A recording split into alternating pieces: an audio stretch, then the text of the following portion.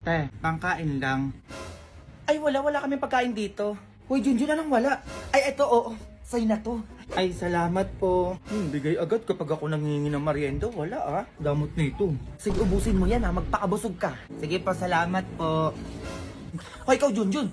Kapag may nangangailangan o nanghihingi ng tulong, magbigay ka ha. Oo naman. Hindi magdadamot ka kahit na meron ka naman.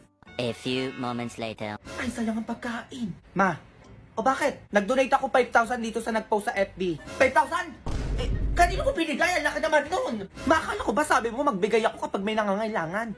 Bakit di ba mo kasi ang laki-laki nun? Eh kasi ano ma, yung nanay niya daw nasa ospital 5 months na. O kawawa naman. Ay, 5 months? Ang tagal na nga. Eh tapos yung kapatid niya daw nasa presinto na 5 months na din. Ay, bakit daw adik? Kawawa naman yan. Idagdagan mo yung dinonate mo. Gawin mo 10,000. Ay, ang daray, ang yaman. Eh, basta padala mo na. O, ayan ma. Sinimot ko na lahat ng laman ng ATM mo, ha. O, sige, okay lang yan. Kawawa naman kasi. Eh, bakit daw nasa presinto tsaka sa ospital? Oo nga, no? Bakit kaya? Ikaw na kaya magbasa, ma? Eh, bakit kaya? Yung nanay ko nasa ospital 5 months na dahil nurse siya. Eh, nurse naman pala, Junjun. Hala. Yung kapatid ko naman nasa presinto, 5 months na din dahil pulis siya.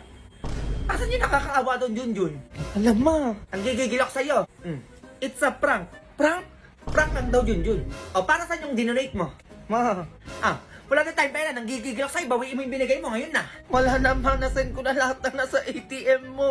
Ay, sinasabi ko sa'yo, Junjun. Asan ang pera natin? Wala na kasi nabudol tayo, di ka nagbabasa. Eto, manda.